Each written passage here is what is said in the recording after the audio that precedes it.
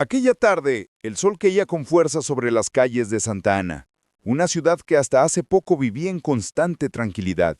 Los vendedores ofrecían sus productos en las aceras. Las familias salían de sus casas para comprar la cena, y los niños jugaban al fútbol en improvisadas canchas de tierra. Todo parecía transcurrir con una normalidad casi engañosa, como si el peligro que había marcado a generaciones enteras no volvería jamás. Pero detrás de esa aparente calma había un ambiente denso. Una tensión invisible que flotaba en cada esquina. El Salvador había cambiado en muy poco tiempo. Lo que antes era un país dominado por el miedo, ahora había recuperado su tranquilidad bajo la promesa de un gobierno que no estaba dispuesto a retroceder. Sin embargo, los viejos fantasmas no desaparecen sin luchar. Y aquella tarde en Santa Ana, algo estaba a punto de ocurrir que pondría a prueba hasta dónde podía llegar la determinación del Estado.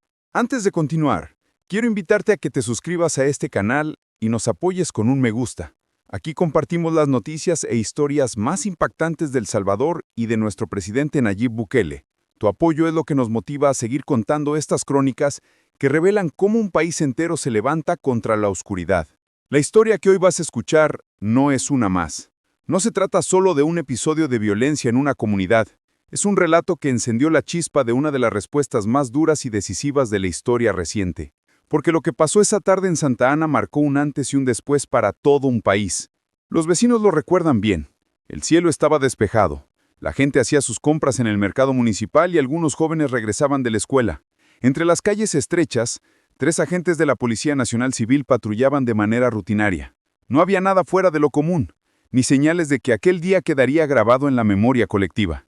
Las familias de la colonia La Realidad, como muchas la conocen, agradecían esa presencia policial. Después de todo, era un barrio donde los ecos del pasado aún resonaban en las paredes de las casas.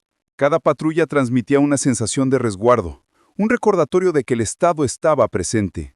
Para muchos, esos agentes eran héroes silenciosos que entregaban sus horas y arriesgaban sus vidas por un futuro más seguro.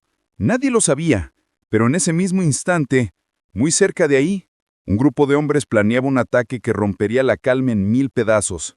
La tensión en el ambiente era real, aunque invisible. Los vecinos recuerdan que los perros ladraban sin motivo, y algunas madres, de manera instintiva, llamaron a sus hijos antes de que oscureciera.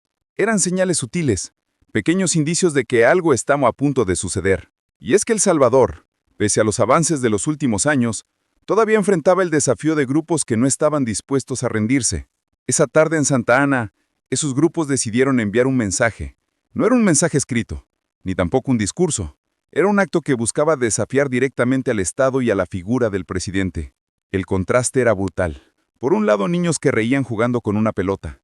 Por otro, hombres armados esperando en silencio el momento para actuar. La vida cotidiana y la amenaza oculta estaban a punto de chocar en el mismo espacio.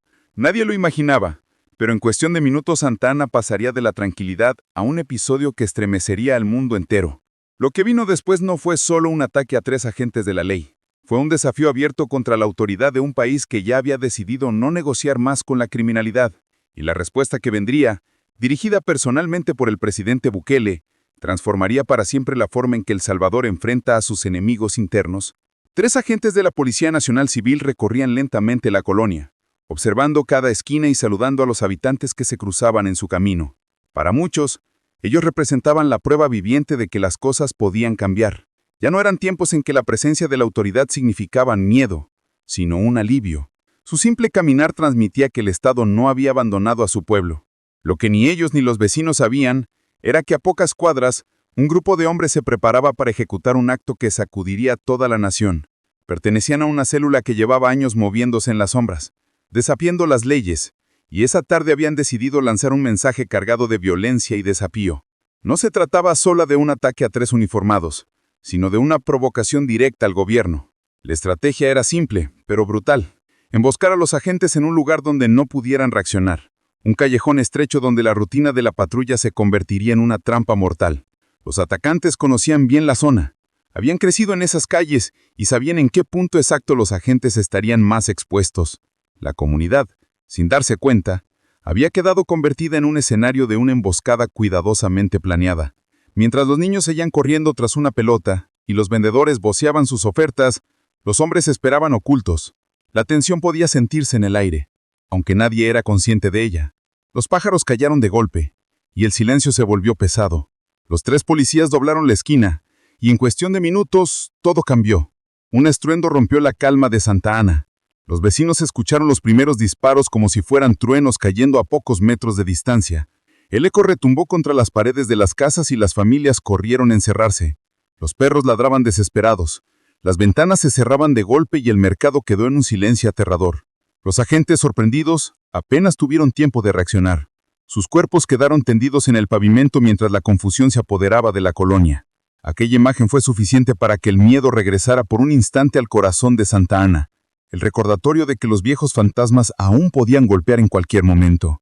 Los atacantes huyeron de la escena, pero sabían que su acción no pasaría desapercibida. Habían cruzado una línea de la que no había retorno. Se habían atrevido a desafiar directamente al Estado, y la respuesta que vendría, dirigida personalmente por el presidente Bukele, transformaría para siempre la forma en que El Salvador enfrenta a sus enemigos internos. Cuando la noticia llegó al despacho presidencial, no hubo dudas ni titubaciones. El propio presidente Bukele declaró públicamente que ese crimen no quedaría impune. Su voz, transmitida en cadena nacional, fue clara y contundente. Aquello no era solo un ataque a 3 policías, sino una ofensa a todos los salvadoreños. La calma había terminado. Lo que se avecinaba no era una respuesta común, sino el inicio de una de las ofensivas más radicales que El Salvador había presenciado en décadas. El eco de los disparos en Santa Ana se transformaría en la chispa que encendió una guerra frontal sin precedentes. La noticia no tardó en recorrer cada rincón de El Salvador. En Santa Ana, los vecinos permanecían encerrados en sus casas, todavía con el eco de los disparos resonando en sus oídos. Algunos lloraban en silencio, otros intentaban consolar a los niños que no entendían lo que había pasado. Lo cierto es que el miedo había regresado, aunque esta vez con un sabor diferente. Ya no era la resignación de antaño, sino la expectativa de lo que haría un presidente que había prometido no ceder ante nadie. En cuestión de horas, el despacho presidencial recibió los informes preliminares. 3 agentes de la Policía Nacional Civil habían perdido la vida en cumplimiento de su deber. No fue un hecho aislado, sino un ataque calculado por una de las células más peligrosas de la MS-13. El desafío era directo, y Bukele, fiel a su estilo, no tardó en reaccionar. Ordenó de inmediato un cerco militar sin precedentes en la zona. Miles de soldados y policías fueron desplegados con rapidez quirúrgica, carreteras bloqueadas, helicópteros sobrevolando el área y retenes en cada entrada y salida de la ciudad. Santa Ana, de la noche a la mañana, quedó bajo el control total de las fuerzas del Estado. El mensaje era claro: nadie iba a escapar. Los asesinos serían encontrados costara lo que costara. Los pobladores, asomados tímidamente desde las ventanas, veían cómo el barrio se llenaba de uniformes, patrullas y vehículos blindados. Algunos sintieron temor ante la magnitud del despliegue, pero la mayoría respiró un aire de justicia, como si al fin alguien les estuviera devolviendo lo que por años les fue negado: seguridad. Durante esos días la ciudad vivió una verdadera cacería. Las calles que horas antes parecían rutinarias se transformaron en escenarios de redadas. Los agentes revisaban casa por casa buscando cualquier rastro de los responsables. Hubo quienes intentaron huir, otros que se escondieron y unos cuantos que se entregaron al ver que la red se cerraba sobre ellos. El cerco no solo atrapó a los autores materiales, sino también a varios integrantes de la estructura que los respaldaba. La ofensiva se extendió a colonias vecinas y, poco a poco, fueron cayendo decenas de sospechosos.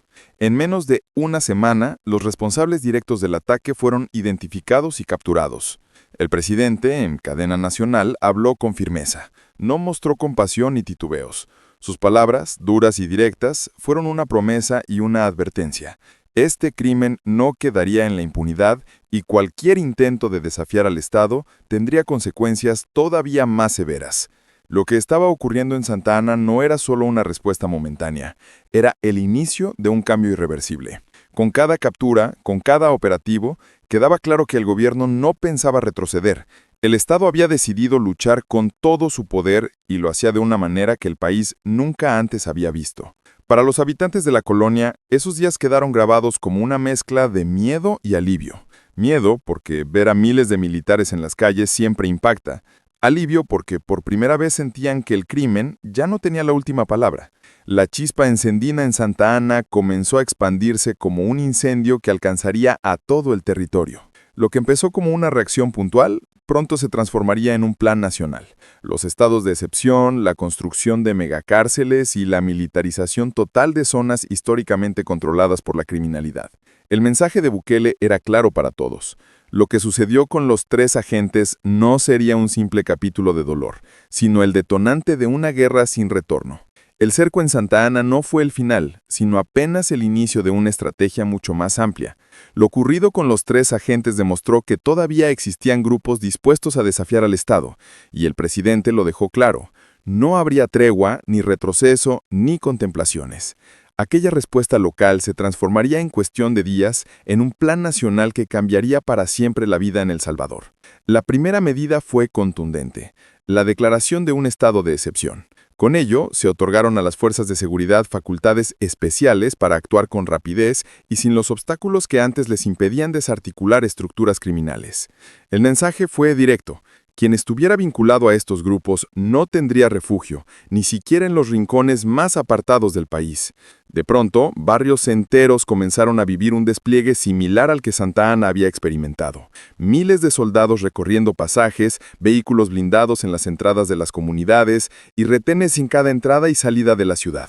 Santa Ana, de la noche a la mañana, quedó bajo el control total de las fuerzas del Estado.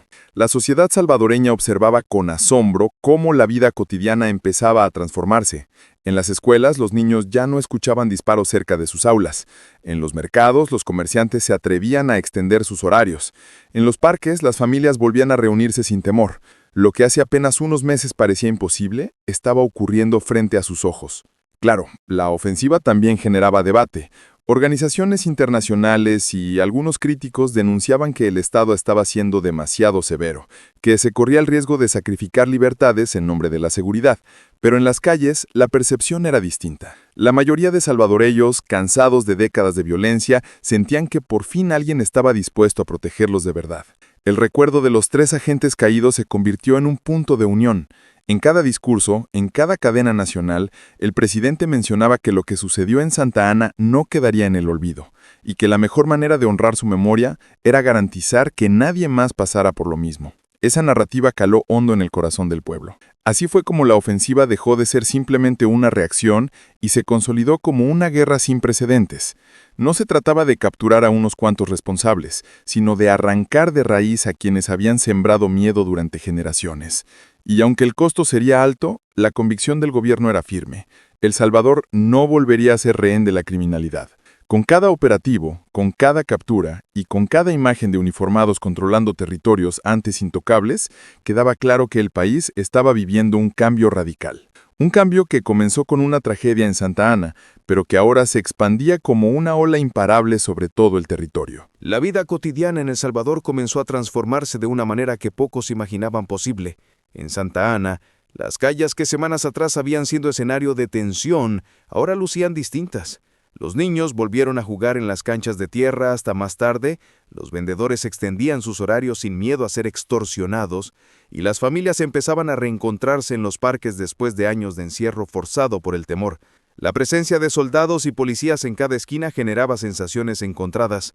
Para algunos era intimidante ver a hombres fuertemente armados recorriendo los pasajes, pero para la mayoría representaba un alivio. Al fin podemos dormir tranquilos, repetían los vecinos, agradecidos de sentir que el Estado había recuperado las calles que antes parecían estar en manos de otros. Las escuelas también vivieron un cambio drástico. Los maestros recordaban con amargura aquellos días en que el sonido de disparos interrumpía las clases, obligando a suspender actividades y a resguardar a los estudiantes en salones improvisados como refugios. Ahora, los niños podían concentrarse en aprender, sin la sombra del miedo constante. Esa diferencia, aunque sencilla, era un símbolo poderoso de lo que estaba ocurriendo. Los comerciantes del mercado municipal de Santa Ana fueron quizás quienes sintieron de manera más directa la transformación. Durante años habían vivido bajo la presión de entregar parte de sus ganancias para poder abrir sus puestos. Aquella rutina de temor desapareció de un día para otro. Por primera vez en mucho tiempo podían trabajar sabiendo que las autoridades estaban de su lado. Ya no viene nadie a cobrarnos, y si aparece un extraño, sabemos que la policía está cerca, comentaban. Sin embargo, la gente no olvidaba que todo había empezado con un ataque brutal que costó la vida a 3 agentes. Cada patrulla que recorría las calles era un recordatorio de su sacrificio, y esa memoria mantenía viva la idea de que la tranquilidad recién recuperada tenía un precio que no debía desperdiciarse. Las conversaciones en los hogares cambiaron de tono. Donde antes predominaba el miedo, ahora había debate sobre el futuro del país. Algunos se preguntaban si las medidas del gobierno serían sostenibles a largo plazo. Otros simplemente celebraban poder salir a cenar sin la preocupación de no regresar. La balanza se inclinaba hacia la esperanza, aunque en el aire siempre flotaba la pregunta: ¿cuánto tiempo durará esta calma? La percepción internacional contrastaba con la local. Mientras algunos organismos cuestionaban la dureza de las medidas, en las calles de El Salvador la gente defendía con vehemencia la nueva realidad. Para una madre que podía ver a sus hijos jugar sin temor, o para un joven que ya no debía pagar cuotas a nadie para poder estudiar, la respuesta era clara: la seguridad era un bien irrenunciable. En Santa Ana, los vecinos comenzaron a organizar reuniones comunitarias que tiempo atrás eran impensables. Festividades religiosas, celebraciones patrias y hasta torneos de fútbol volvieron a ocupar los espacios públicos. La vida social renacía, como si cada pequeño evento fuera una victoria frente al pasado. Y aunque muchos reconocían que todavía había un largo camino por recorrer, lo que sentían en ese momento era único. El miedo que había definido generaciones se desvanecía poco a poco, reemplazado por la confianza de que el Estado estaba dispuesto a protegerlos. La tranquilidad de las calles era más que un simple cambio. Era una declaración silenciosa de que la vida en El Salvador ya no estaría marcada por la resignación, sino por la esperanza. Lo ocurrido en Santa Ana había encendido una llama que ahora iluminaba todo un país. El impacto de lo ocurrido en Santa Ana no se quedó en aquel barrio ni en aquella fecha. Lo que comenzó como un ataque sorpresivo contra 3 agentes de la ley terminó encendiendo la chispa de una de las transformaciones más radicales en la historia reciente de El Salvador. La respuesta del Estado no fue pasajera, se convirtió en una política permanente que cambió el rumbo del país. Los grupos criminales que durante décadas habían actuado con impunidad comenzaron a sentir el peso de un gobierno decidido a cortar de raíz su influencia. Intentaron resistirse en algunos sectores, pero el cerco era demasiado fuerte. Día tras día veían cómo sus miembros caían detenidos, cómo sus refugios eran allanados y cómo su capacidad de intimidar a la población se reducía a cenizas. Lo que antes parecía intocable ahora era vulnerable. Para la ciudadanía el contraste era evidente. Las colonias que antes eran sinónimos de miedo se convirtieron en lugares donde las familias podían volver a reunirse. El país, acostumbrado a vivir bajo la sombra de la violencia, respiraba un aire diferente. No todos compartían la misma visión sobre las medidas, pero nadie podía negar que algo había cambiado de manera profunda. El presidente Bukele lo dijo en más de una ocasión: si pensaron que íbamos a retroceder, se equivocaron. Y esas palabras se convirtieron en un lema que acompañó cada operativo, cada captura y cada imagen de soldados vigilando los territorios. No era solo una lucha contra un grupo específico, era una declaración de que El Salvador ya no sería rehén del miedo. En las comunidades los vecinos repetían con orgullo que la memoria de los 3 policías caídos no había quedado en el olvido. Al contrario, su sacrificio se transformó en un símbolo que impulsó una ofensiva nacional. Esa herida dolorosa se convirtió en la raíz de una nueva etapa en la que el Estado decidió demostrar que podía proteger a su pueblo sin dar un paso atrás. Hoy en Santa Ana y muchas otras ciudades viven con más tranquilidad. Las calles que antes vacías al anochecer vuelven a llenarse de vida. Los mercados recuperan su dinamismo, los parques se convierten en punto de encuentro y los niños corren con la risa que alguna vez les fue arrebatada. Y aunque muchos reconocían que todavía había un largo camino por recorrer, lo que sentían en ese momento era único. El miedo que había definido generaciones se desvanecía poco a poco, reemplazado por la confianza de que el Estado estaba dispuesto a protegerlos. La tranquilidad de las calles era más que un simple cambio. Era una declaración silenciosa de que la vida en El Salvador ya no estaría marcada por la resignación, sino por la esperanza. Lo ocurrido en Santa Ana había encendido una llama que ahora iluminaba a todo un país. Gracias por acompañarnos en este relato. Si quieres seguir escuchando más historias y noticias de El Salvador y de nuestro presidente Bukele, te invito a suscribirte al canal y dejarnos un me gusta. Y ahora quiero preguntarte, ¿piensas que realmente El Salvador encontró el camino hacia la tranquilidad definitiva? ¿O todavía quedan retos por superar? Déjame tu opinión en los comentarios. Estaré leyendo cada uno de ellos.